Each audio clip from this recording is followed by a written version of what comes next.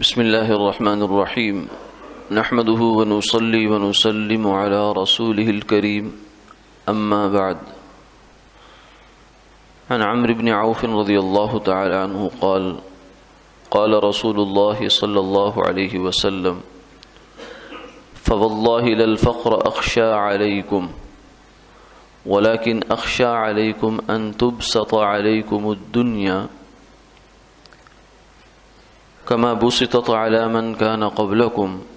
فتنافسوها كما تنافسوها فتهلككم كما أهلكتهم أو كما قال عليه الصلاة والسلام.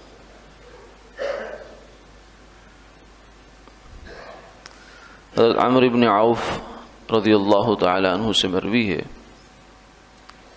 کہ رسول اللہ صلی اللہ علیہ وسلم نے یہ ارشاد فرمایا،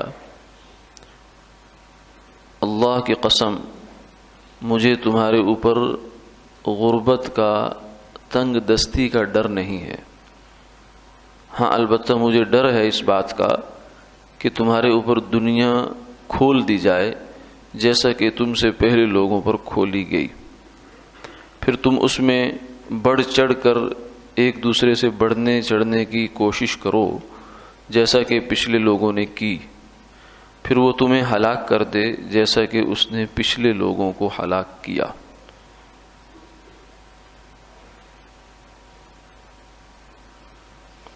اس حدیث مبارکہ میں سرکار دو عالم صلی اللہ علیہ وسلم نے ہماری ایک بنیادی غلط فہمی کی اصلاح فرمائی ہے اور اس کا ازالہ فرمایا ہے۔ انسان کوئی بھی ہو، چاہے وہ کافر ہو چاہے مسلمان ہو، وہ یہ سمجھتا ہے کہ اس دنیا کی زندگی کو اچھا کرنے کا بنیادی راستہ یہ ہے کہ انسان کے پاس مال ہو،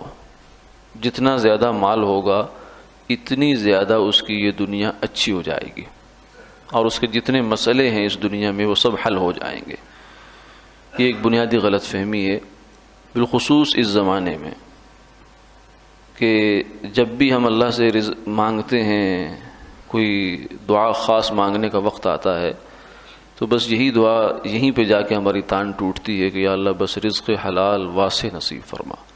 اس میں کوئی شک نہیں کہ یہ دعا سکھائی گئی ہے، آپ صلی اللہ علیہ وسلم نے خود سکھائی ہے، لیکن ہمارا جو ذہن ہے اصل وہ زیر بحث ہے کہ ہمارا خیال یہ ہوتا ہے کہ بس یہ پیسہ آ گیا تو سارے مسئلے حل ہو گئے، زیادہ پیسہ آیا اسی سے ہمیں جو ہے وہ صحت بھی مل جائے گی، اسی سے ہمیں عافیت بھی مل جائے گی، اسی سے ہمیں آپس کی محبت بھی مل جائے گی، اسی سے ہمیں عزت بھی مل جائے گی، اسی سے راحت بھی مل جائے گی۔ یعنی سب مسئلوں کا ایک ہی حل ہے کہ زیادہ سے زیادہ ہمارے پاس پیسہ آ جائے۔ یہ ایک بنیادی غلط فہمی ہے انسان کی کہ جو حقیقت میں ایسا نہیں ہے۔ پیسہ انسان کی ایک ضرورت ہے، بس ضرورتوں میں سے ایک ضرورت۔ ایک مسلمان کے لیے سب سے بنیادی اہمیت جو ہے وہ ایمان کی ہے۔ اللہ تعالیٰ اس کو ایمان کی دولت دی، یہ سب سے بڑی دولت ہے اس کے پاس۔ جس کے پاس ایمان ہے وہ تو غریب ہو ہی نہیں سکتا۔ غریب تو وہ ہے جس کے پاس لا الہ الا اللہ نہیں ہے۔ اور پھر اس کے بعد اللہ نے صحت دی، یہ بھی ایک اللہ کی نعمت ہے، عافیت دی، آپس میں دلوں میں محبت اور پیار دیا ہے، رشتہ داروں میں، گھر والوں میں، بہن بھائیوں میں۔ تو یہ اللہ کی بہت بڑی بڑی نعمتیں اور دولتیں ہیں جو مال کے ساتھ ان کا کوئی تعلق نہیں ہے، بلکہ مال آنے پر بسا اوقات آدمی ان نعمتوں سے محروم ہو جاتا ہے، مال آ کر ان کو خراب کرتا ہے۔ فرمایا رسول اللہ صلی اللہ علیہ وسلم نے، مجھے تمہارے اوپر فقر کا ڈر نہیں ہے، یعنی تمہارے اوپر پیسہ تھوڑا ہو جائے، دنیا کے مال اسباب تھوڑے ہو جائیں تو مجھے اس چیز کا ڈر نہیں ہے، پرواہ نہیں ہے کہ تمہارے ساتھ ایسا ہونے جائے گا، کیونکہ آپ صلی اللہ علیہ وسلم کو امت کی بہت فکر تھی۔ امت کے لیے راتوں کو رو رو کے سجدوں میں مانگا، حشر میں مانگیں گے، ساری زندگی امت کے لیے مانگتے رہے۔ تو آپ کی جو بات ہے وہ بہت قیمتی بات ہے اور بہت اہم بات ہے۔ ہمارے فیصلے یا ہماری سوچیں کچھ اور ہو سکتی ہیں، لیکن جو آپ صلی اللہ علیہ وسلم نے ہمارے لیے تجویز فرمایا وہ غلط نہیں ہو سکتا۔ اس لیے فرمایا کہ مجھے تمہارے اوپر پیسے کی کمی کا ڈر نہیں ہے، یعنی ہوتا ہے تو ہوتا رہے، مجھے اس کی فکر نہیں ہے۔ ہاں مجھے اس بات کی فکر ہے کہ تمہارے اوپر پیسے کی ریل پیل ہو جائے، پیسہ بہت بڑھ جائے تمہارے پاس، دنیا کا مال بہت بڑھ جائے، ہاں یہ مجھے ڈر ہے۔ کیوں؟ اس لیے کہ اس کے نتیجے میں کام خراب ہو جائے گا، جیسے پچھلی امتوں پر ہوا۔ فرعون کے پاس مال دولت اسباب جمع ہوئے، قارون کے پاس مال جمع ہوا، شداد کے پاس مال جمع ہوا، تو یہ بغاوت پر اتر آئے۔ انسان کے پاس جب مال آتا ہے تو اس کو پھر سنبھالنا اور اس میں پھر اپنے آپ کو سنبھالنا یہ بڑا مشکل کام ہو جاتا ہے۔ پیسہ جو ہے جو انسان کو صحیح نہیں رہنے دیتا، اس کے اندر تکبر پیدا کرتا ہے، نخوت پیدا کرتا ہے، اور لوگوں کی حقارت دل میں لاتا ہے، اور اس کا دل سخت کرتا ہے۔ کافی سارے مسائل ہیں اس کے ساتھ،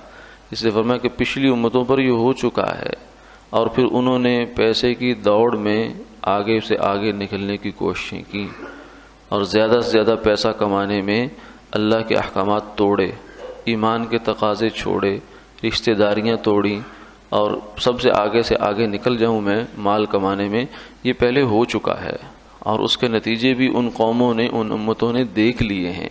اب تمہارے اوپر تم ان چیزوں سے بچنا، جیسا کہ فرمایا فَتُهْلِكَهُمْ، اس دنیا نے پھر ان کو تباہ کیا۔ یعنی بظاہر جو چیز ہمیں لگتی ہے کہ ہماری زندگی اچھی کرے گی، فرمایا یہ اچھی نہیں کرتی، یہ بالآخر تمہاری زندگی کو خراب کرتی ہے، بہت سے مسائل کھڑے کرتی ہے۔ اس لیے اللہ سے